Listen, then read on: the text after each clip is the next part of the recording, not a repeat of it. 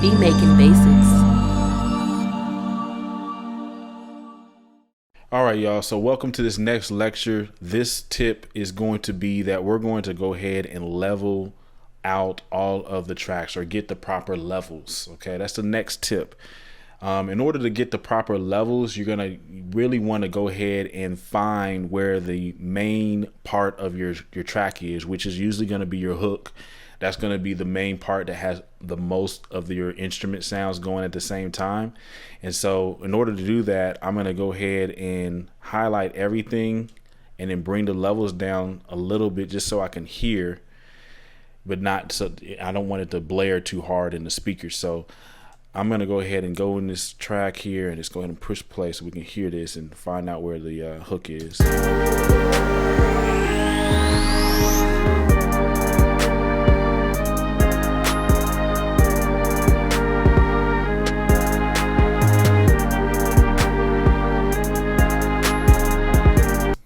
All right, and just looking over here too, you can also find out where the main hook is too, because you'll know how you made your beat. But I can tell that this bell part is the main part of the hook. Okay, so I'm actually going to create a loop from bar 17 all the way to bar 33, and that's going to be the main part. That's going to have the most of the instrument sounds are going to be in there.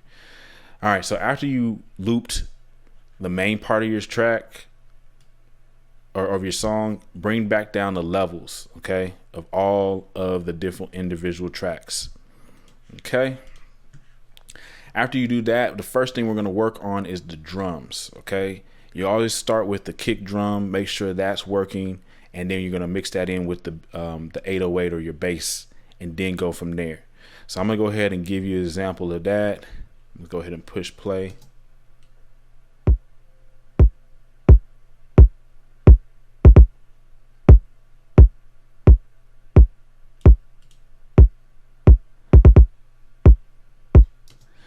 All right, and you can see I'm bringing it. I mean, there's no real right or wrong on this, but you just want to make sure, since the kick is really the main driving part of the song, is when it comes to rhythm, you want that to really shine out in the mix. So you kind of want that to be at a high level. I mean, I wouldn't put it like super low, like within negative.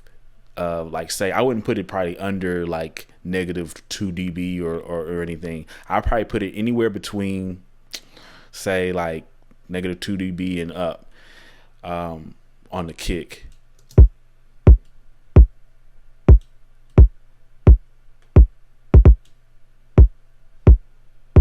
All right, so we got that. Now I'm gonna bring in this 808.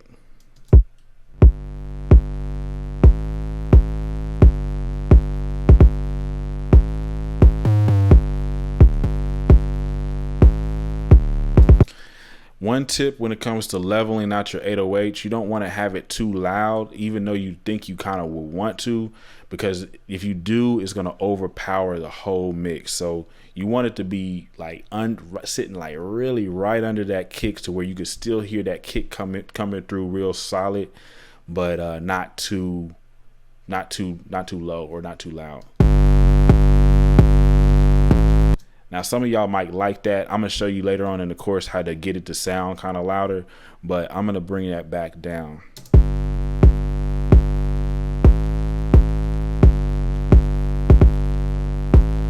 Okay, cool. So we have a good relationship between these two. You can still hear the 808 and you can still hear the kick drum clearly. From here, we want to go ahead and start bringing in the snare and the clap, those type of instruments.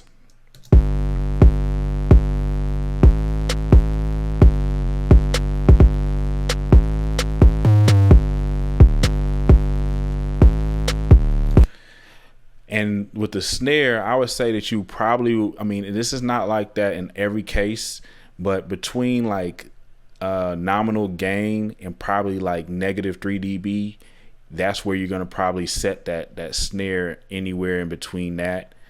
You don't want it to be too much lower than that, or even really too much higher than that.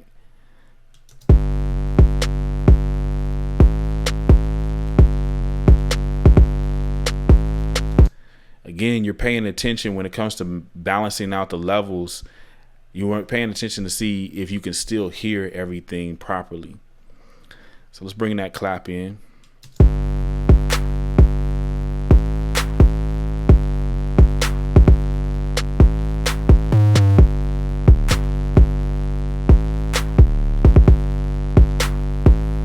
And that tip here is like, say if you're using like another instrument to kind of layer an instrument, you definitely want to have it way lower than the main instrument. So you want to pick between one of the other.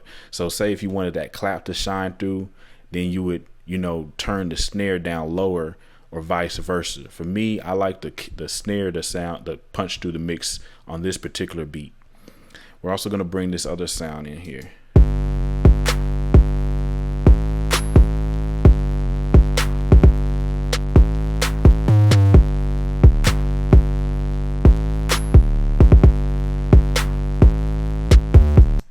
Cool. So now that we have that, let's go ahead and start working on the hi-hats here.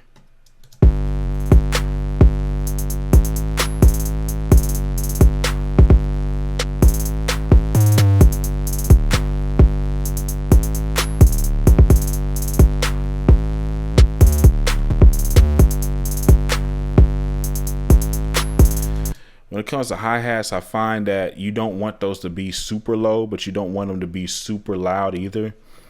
And I can tell you right now that you can kind of see that it's clipping on certain meters. Don't worry about that.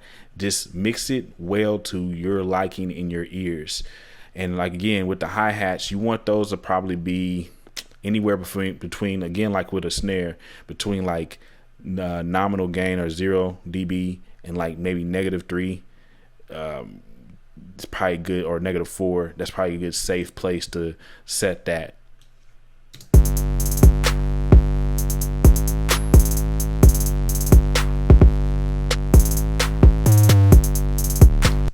Cool. And now what I'm going to do is go ahead and add in this other hi-hat here.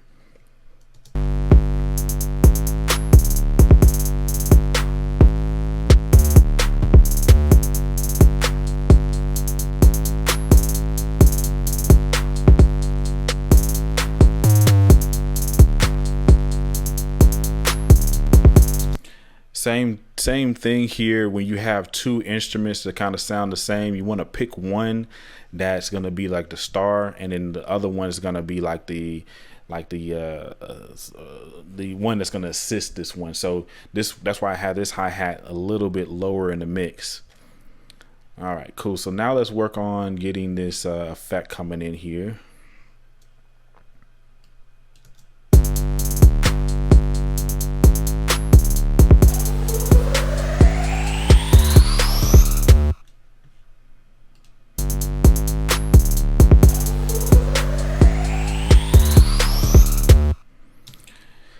When it comes to like the effects like this, you probably want to have those effects anywhere between like -10 dB and like -5 dB. You don't want it to be too loud or too soft.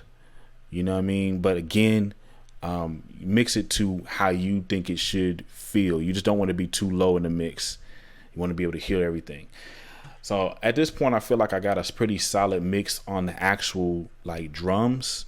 The next thing is to start bringing in the main instrument first. Okay, so the main melody instrument would be this first flute right here. As you can see, based on the wave files, this is going all the way through the track for the most part. So I'm going to bring flute 1 in here. And the goal here is to still hear the punchiness of the drums, but still be able to also hear this instrument. So let's just check this out. I'm going to show you.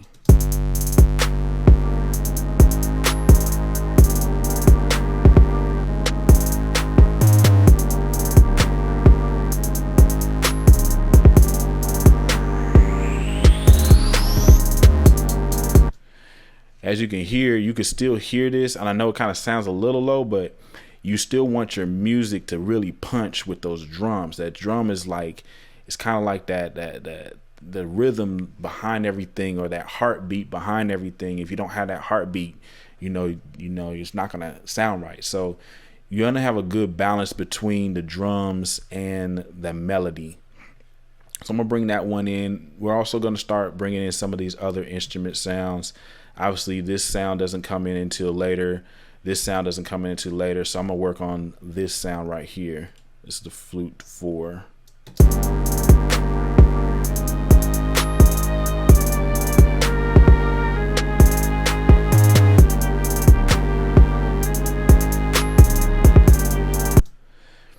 And again, we're picking one instrument that's going to be the star of the show, so to speak, and then everything else is going to be maybe like a tad bit lower than that star.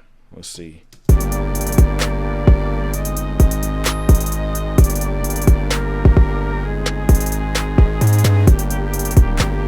right, we're going to work on this sound right here now, which is that bell.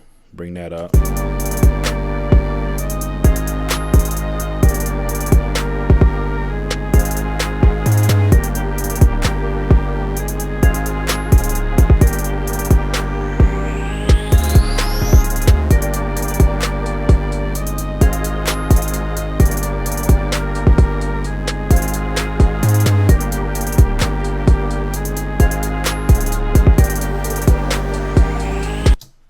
Nice. So now that we have those instruments, I'm gonna have to actually move to a different section of the song to get the other instruments. So basically I'll go ahead and find those. So I'm gonna work with this flute right here and this flute right here.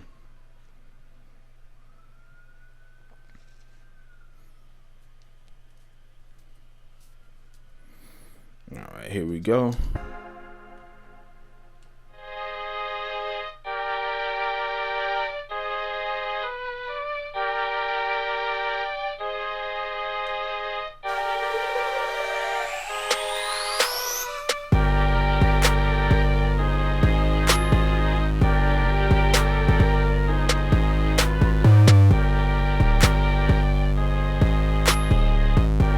Again, you want to really make sure that you're keeping a good relationship between the drums and whatever sounds you're bringing in. So you don't want these melody sounds to really be too much louder than the actual drums.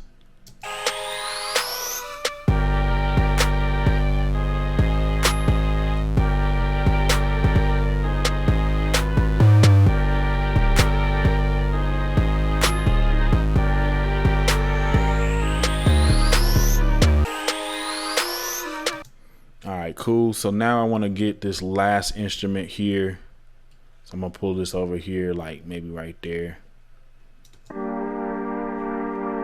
Actually, I want the drums to drop.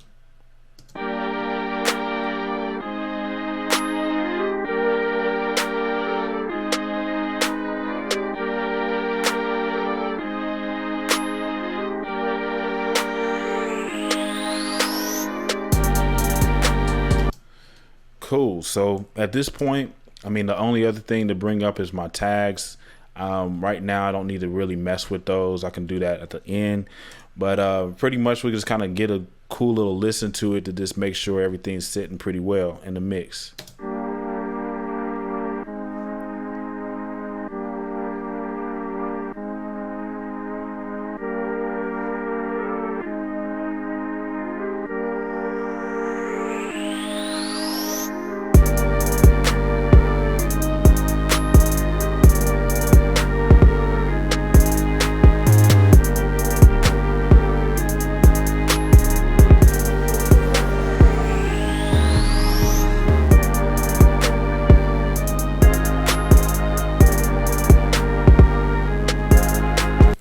And during this portion of it, this is where you can like adjust certain things.